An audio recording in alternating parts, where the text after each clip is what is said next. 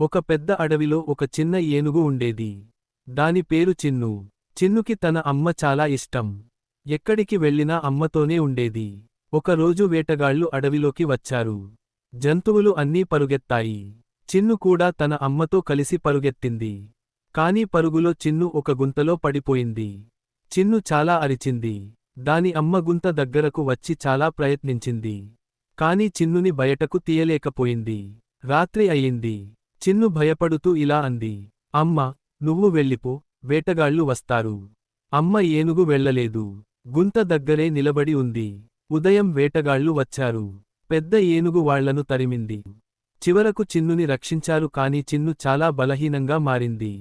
చిన్ను తన అమ్మను చూసి చివరిసారి ఇలా అంది. అమ్మా, నేను పెద్ద ఏనుగు అవ్వలేకపోయాను.